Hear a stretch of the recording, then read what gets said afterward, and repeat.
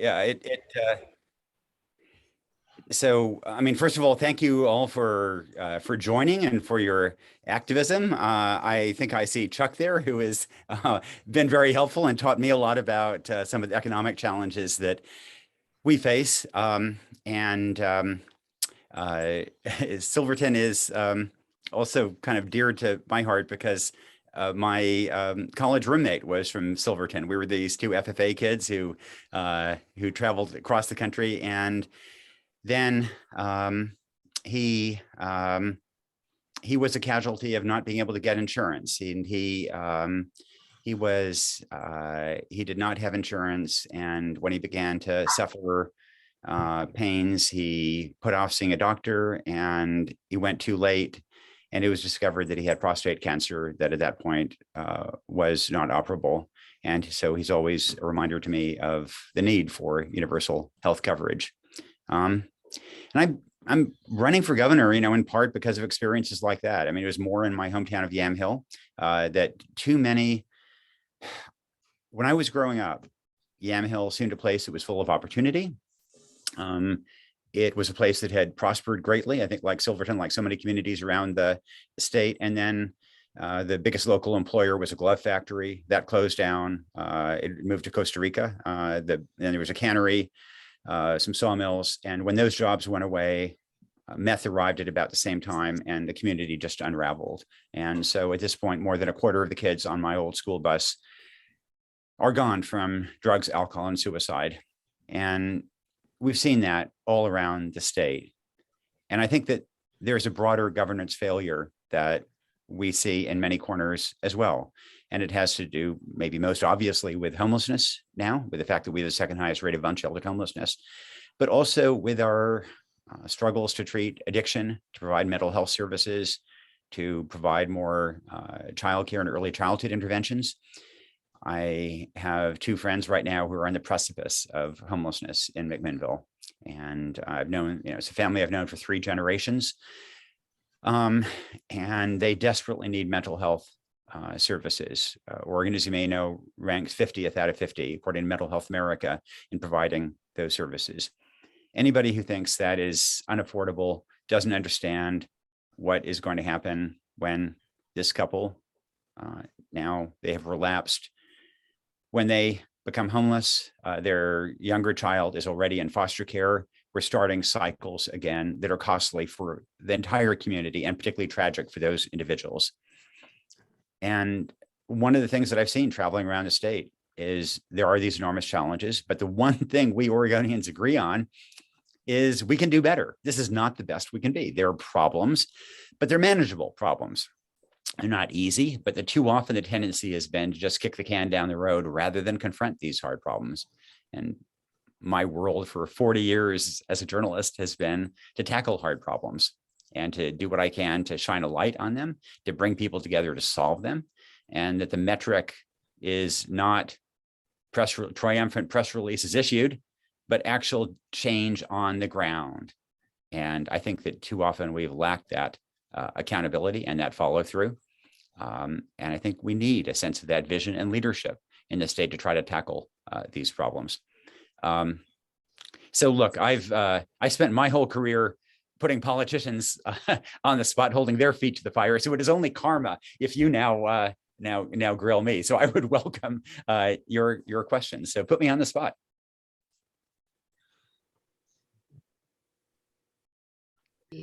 Mike, you have your hand up?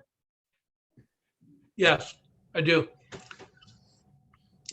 In Silverton, we just got a little bit of news about some small things, wonderful things that we'll be able to do for homelessness. But I think 3 or 4 years ago, we set out to build 4 tiny houses, 4 by 8 or 8 by 8, whatever they are. It's taken this long to get even close to where we're going to be able to use those 4 tiny little spots in the backyard of a church.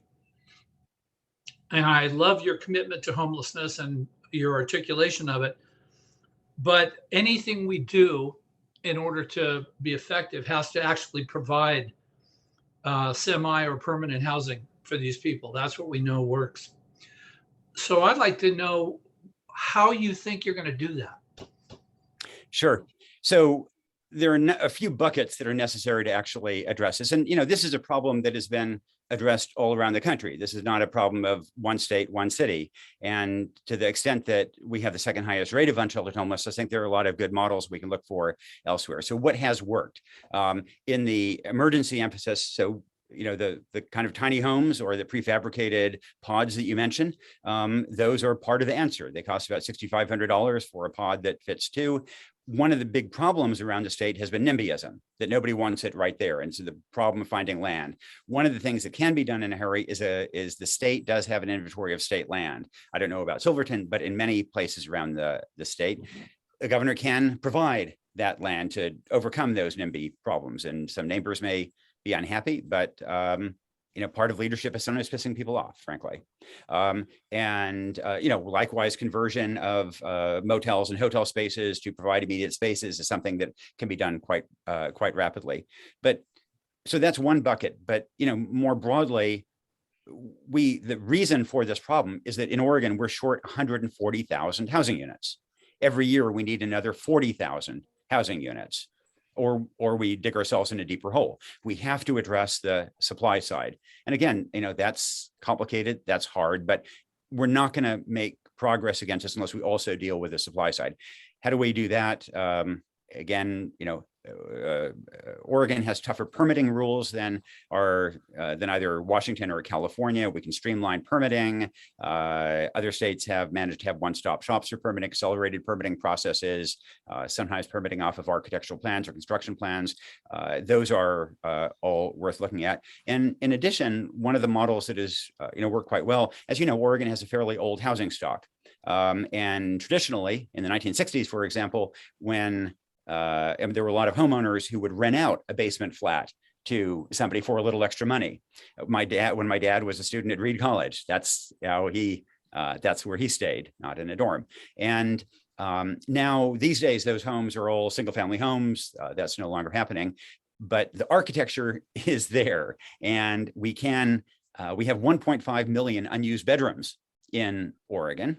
If some of those, 1% of those in basement flats or over a garage, wherever it might be, were provided, that would make a huge difference in providing new housing units again quickly, because they're already constructed.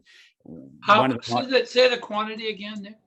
There are 1.5 million unused bedrooms in Oregon, and that people have noted that 1% of that, 15,000, is approximately the number of unsheltered homeless around the state.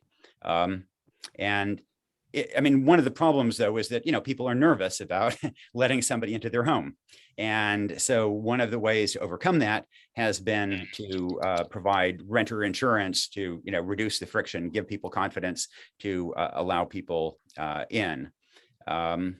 And there was an excellent home share proposal some years ago. I think it passed in 2019. But in fact, it wasn't taken up around the state because of the way it was structured. It had to be implemented by counties. That model, I think, needs to be amended. It's one of the problems in the state is we often don't have adequate follow through. We don't see whether things are working, and we need a little self-correction in that model. And with some self-correction and incentives coming from the state rather than the counties, I think we could again make some homes available there.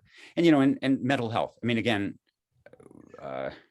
We have to the two friends I have right now who are just on the precipice of homelessness. What would keep them from actually losing their homes it's a little late, but it might be, outreach and mental health services, and it might be addiction treatment. And that happens, but not enough.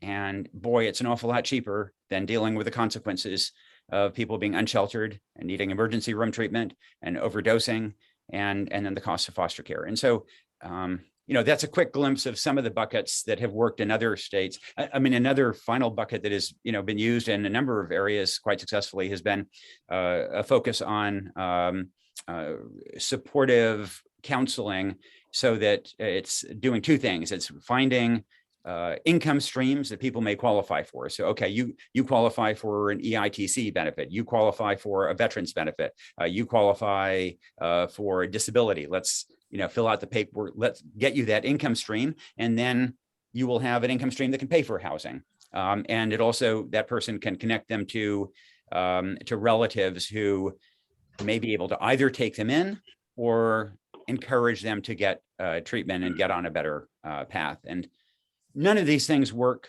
perfectly. None of them work as well as we would hope. They do work to some degree to mitigate the scale of the problem we have. Thanks.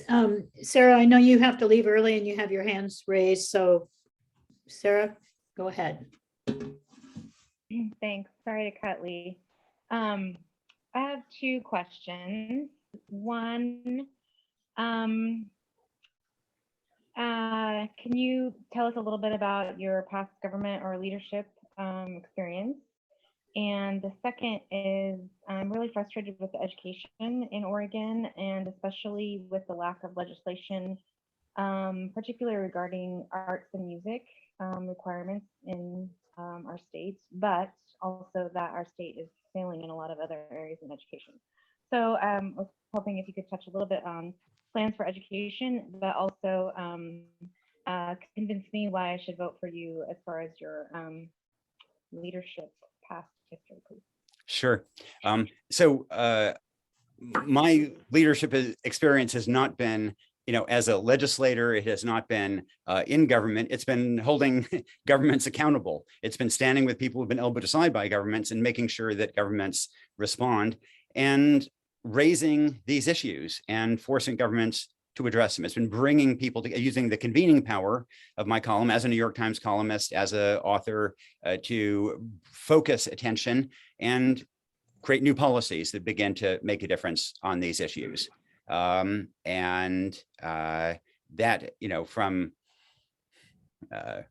from childcare programs, the child tax credit, all kinds of education issues, genocide in Darfur, that has been my role.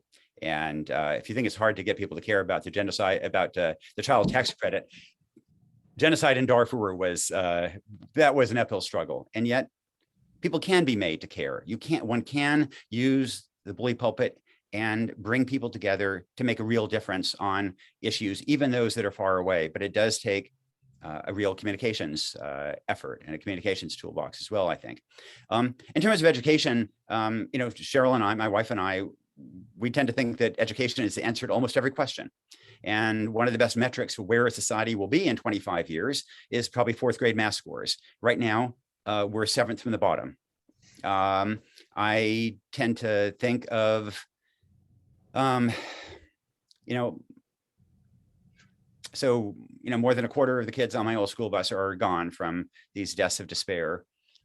I tend to think that they passed away from a lack of a solid education and a lack of good jobs.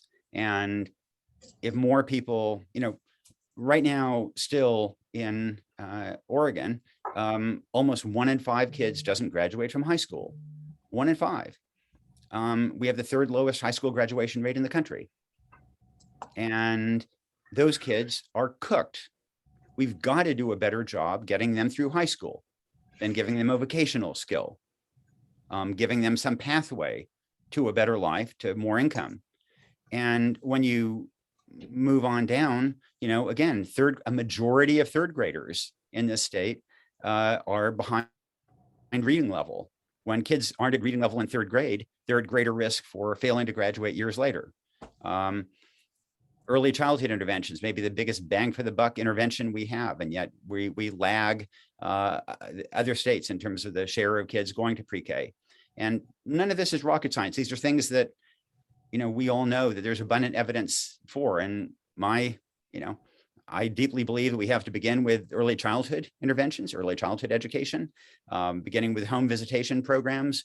There's been a tremendous new sort of scientific research over the last 20 years about how to get kids to read, what works to get kids to reading level in grades 1, 2, and 3. With my column, I've galvanized thousands of people to volunteer in the local school districts to support a group called Reading Partners. It is one of the most evidence-based reading coaching programs, tutoring programs, but it's not in Oregon. They would love to be in Oregon. I think a lot of Oregonians would be willing to volunteer a couple of days a week to tutor second graders or third graders and help them get up to reading level. Then one moves up through high school. Oregon is one of the few states that lets kids drop out of high school before the age of 18 if they get a job. We don't let them do a lot of other dangerous things. I think that we should require high school attendance until either graduation or the age of 18. And career pathways, vocational training, better access to community college and higher education, and it goes on and on. But I think there's a lot more we can do in the education space. Thank you. Lee, you have your hand up? I still do, yes. Hi, Nick. Welcome to Silverton. Two questions. One's really easy. One's a lot harder. One is Chuck Sheketoff is among a group of brilliant people on a joint task force on universal healthcare, creating a single payer plan for Oregon. What would you do to use the bully pulpit to help get that passed in the legislature?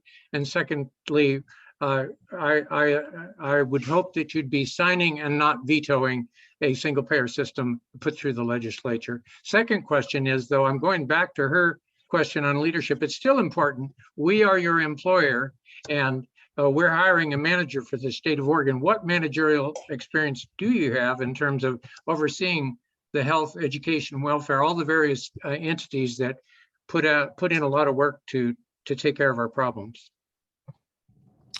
Sure. In terms of managerial experience, I was the editor of the Sunday Times, one of the world's leading organizations. And that was a huge, complex organization that I was proud to be able to be the editor of. And in terms of healthcare, of course, I'm for universal coverage, and I would proudly sign a single payer system if that were to pass. I also think your point you make about the bully pulpit is important, that I think sometimes we think that the test of a great governor is not their mastery of legislative procedure. It's their ability to master the bully pulpit, the convening power of a governor, the ability to articulate an agenda for a state and then rally people behind that agenda. And I think it is that sense of vision and leadership that we have often lacked in Oregon. And I've been in the communications business for a few decades. I deeply believe that that is something that we can do together. And health is maybe one of the most important areas where it can be done, and not just clinical health, but also public health. I think that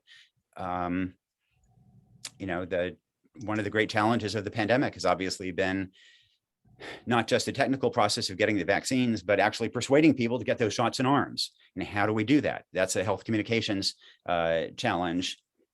I should also say that, I'm a great believer in public health interventions. And I think we often focus on the clinical side more and don't sufficiently acknowledge that what has really improved life expectancy and improved well-being has often been those public health interventions. And there's one kind of modest intervention that I think Oregon can take on that would be great for this state and great for the world. And that has to do with cervical cancer. I've written a lot about women's health.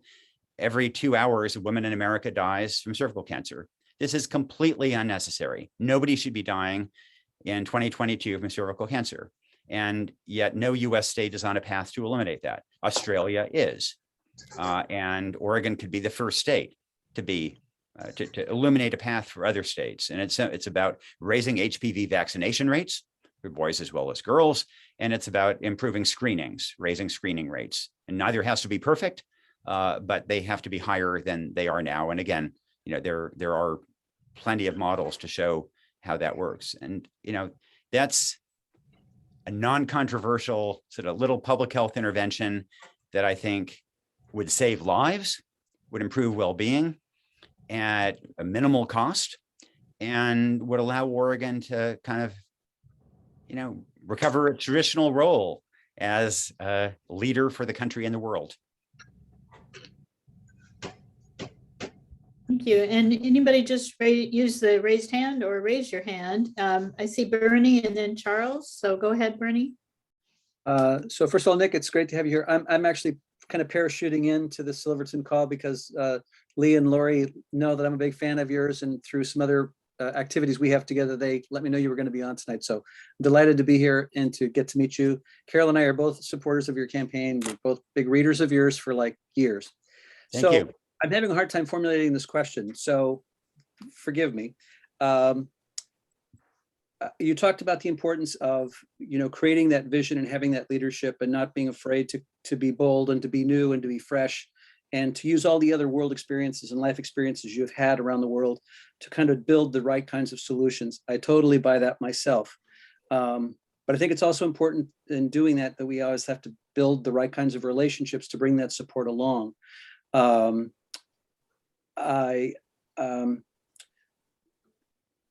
had 3 different ways I wrote this, and none of them are very good. So I'm trying to process all this at the same time. There are certain advantages for those people that are familiar with the legislative activities and the proposed legislation that's been going on for the last 10 or 15 years. There are advantages to that. Some will try to use that against you in the campaign. That's just the way it works. We know how that goes.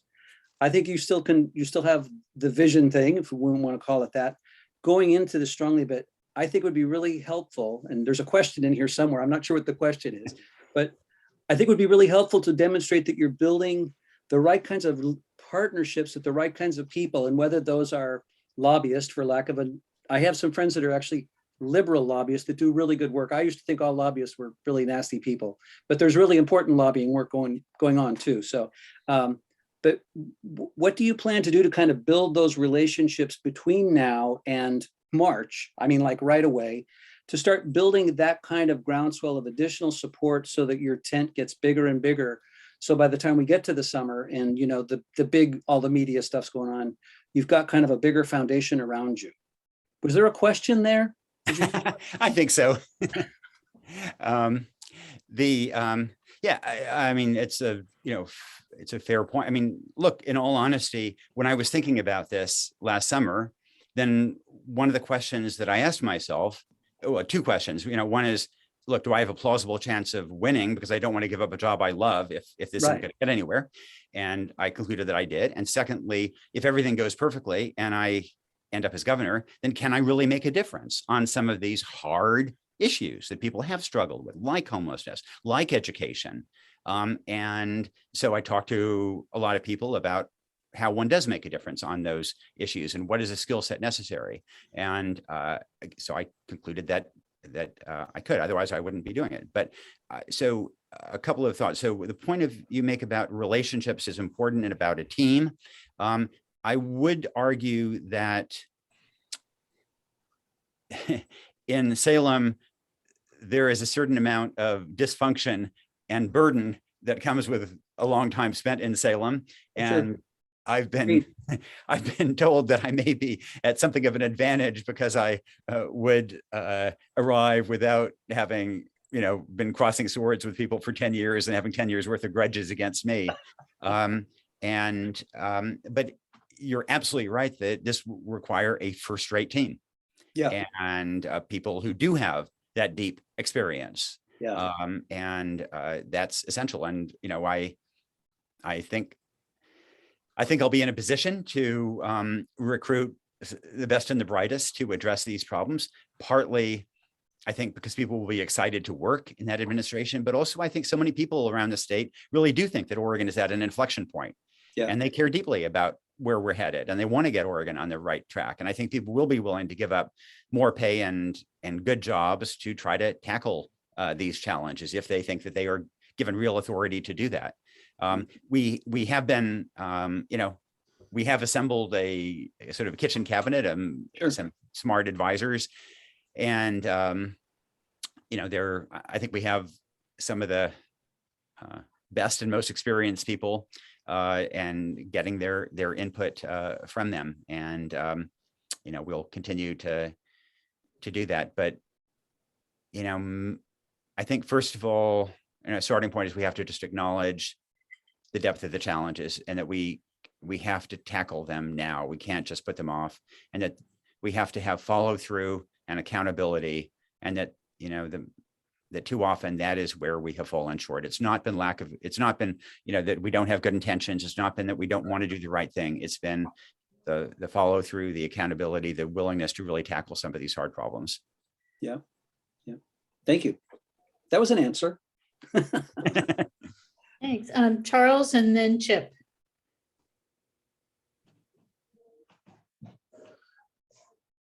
Unmute, Charles.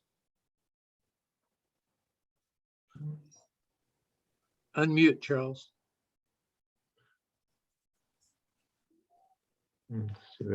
Hey, maybe we'll go Chip and then Charles. Go ahead, Chip. We need to. So despite Now, opinion, I'd say you're a long-term Oregonian, and I've lived here for 46 years. So I think I'm probably second to your place in history. But what always roadblocks everything in Oregon is that there's no money to get anything done. I've seen the sales tax go down to defeat, I think, 5 times since I've lived here. And would you support a progressive income tax if you were governor, so that we would have the wherewithal to do the things we want to do? Yeah, I mean, that you're right that is a constraint, and that we need a progressive tax structure to address it. I also think that there are some sources of income that we can tap that can help pay for some of these things.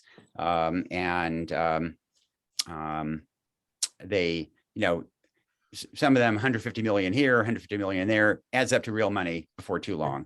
And, you know, when I think about things like early childhood education that I care very deeply about, yeah, I mean, these are real priorities. I'm afraid I've got to jump off to another Zoom. You're not ducking my question, are you? No. And I really appreciate the questions and the interest, and most of all, you know, your activism on these issues, and your engagement. And so, you know, thanks for all you're doing. Where do we send money? can you take Charles's question? 'Cause Charles did have his hand up. Can we get one more question from Charles? I've actually, at 7 p.m. I have a Zoom that is beginning, so I really have to go. I would welcome you at nickfororegon.com. And so please, you know, please visit there. We're actually in the midst of a big policy rollout, which isn't quite up, but probably sometime next week will be up. And I look forward to engaging in the future. Thanks for your time. Privileged to meet you, Nick. Thank you.